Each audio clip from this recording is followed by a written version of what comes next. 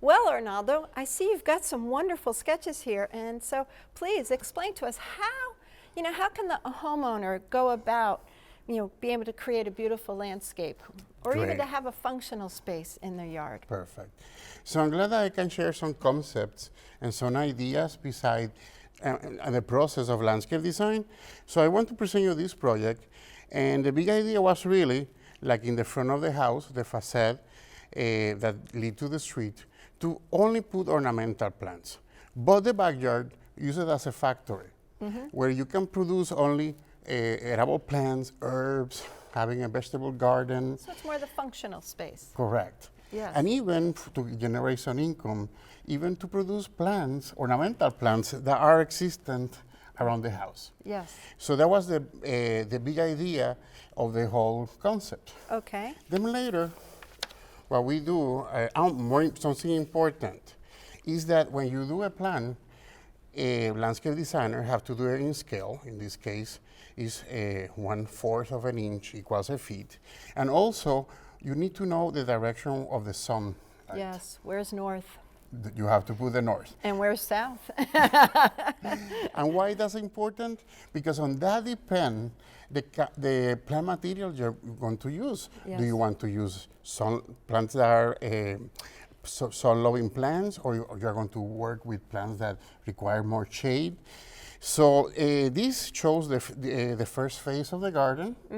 That it was an area here to bring some entertainment. You have to contact the client first and see the activities that they have, that they like to do. For example, in this case, grilling, use herbs for the cooking. And also, there was an area that was paved that needed some kind of a connection. Yes. So that was the first stage of the garden. I see. So rather than this floating out on its own, you actually connected it as to become part of the landscape. Correct. All right. And the pavement that we use, instead of using concrete or other kind of pavement, we just use pavers, 2x2 pavers, and gravel. In that way, all the storm water can be collected and travel towards the garden. In this way, you don't create pods and even mosquitoes sometimes that can be promoting the growth there. So this was really the first stage of the garden. So putting an underground drainage pipe to allow that water to perk through and to be moved away from the site. Correct. And you did it with, again, making it a pretty space. Thank you. That's why also it's very important to know the slopes in the garden, because you have to design those drainage to go from the higher point to the lowest point. Water flows downhill. Correct. So. Okay, what's our next step, sir? Yeah, then we did a larger drawing, and this explains the project in a better way. And in here now, we want to talk about the feelings in the garden. For example, if this was for entertaining, we want the vegetation here, next to the lounge area, to create a concept of embracing you, of enclosure. Feeling safe and comfy. Yes. So instead of using ornamental plants, what we use were fruit trees. Oh, yes. Because some peaches, some plums, they have beautiful flowers, almost like ornamental cherry trees. And then we also did put some planting beds, but we didn't want to put them in places that look like a vacant space. No, we want to be part of the garden. Okay. So that's why this is the concept of enclosure. Then in this area, we leave it as a big lawn kind of concept. To kind of expand and broaden. Correct, okay, that feeling of expansion.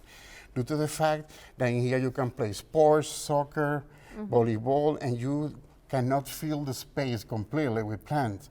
You have to really have different feelings and activities and sensation. And last but not least, because in design you want a dominant area, a subdominant area, and a subordinate area. Okay. If you put too many dominant areas, they compete. Yes. So in here, we left these trees that they are huge trees. And when people come here to go to the nursery, all this area is a nursery with ornamental plants. You walk and you have that feeling of having a roof, a natural roof created by the branches of this tree. So we wanted to have an intimate space versus an expansive space versus a sheltering space. Interesting. Excellent. So how can a homeowner do this? I mean, this is beautiful, but it takes talent to create something like that, and that would intimidate most of my friends who Yes. go, yeah, right, Peg. But don't worry, it's easier than my look. Okay, So- I'll take this one, you take that one.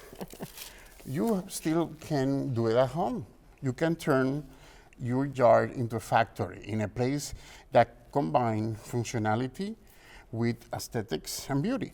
So if you can start creating an area, for example, you said what we mentioned before, that you have a main area that is really for expansion, or an area that is, like we said, doing as an enclosure. This area is a buffer. This area is for entertainment. Then after you design and select the activities that you want, the next step is to create connections. And that's the most important part, because it's the circulation. How you connect spaces and create something in architecture and landscape architecture is called spatial sequence. How you experience the space from one space to the other to create outdoor rooms. Excellent, excellent.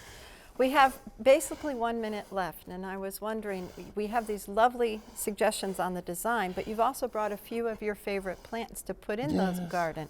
So briefly, let's go through these plants so people also have an idea of some of the layers of the plants that you have here. Yeah, it's very important to know that sometimes some plants that are beautiful also come from native plants, like the phlox, Phlox subulata.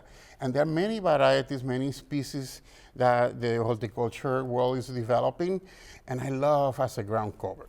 Yes. Also, I love trees, but I love the native dogwood, and we have it from white varieties to the pink variety that brings so much color. Also, if we don't need flowers and we want foliage, then we have the maple trees, the sugar maple. And of course, if you want to find an ornamental maple, then we have the beautiful, even though it's not native, it's from Japan, the Japanese red maple. Yes. That brings so much color and life to the gardens. And last but not least, I'm a fan of irises and azaleas, and we have native azaleas in the United States. They're deciduous, but we have also now a new variety called anchor azaleas that they bloom not only in spring and also in fall. And last but not least, the irises. Yes. They come in different colors, and they are very loyal plants. So those are the plants that I really enjoy cultivating and using in my landscape designs. Thank you, Arnaldo. Thank you for coming and sharing us tips on how we can change our concepts as we grow our gardens and also alter them, but also sharing just a few plants to get us started on those layers. My pleasure. Yes.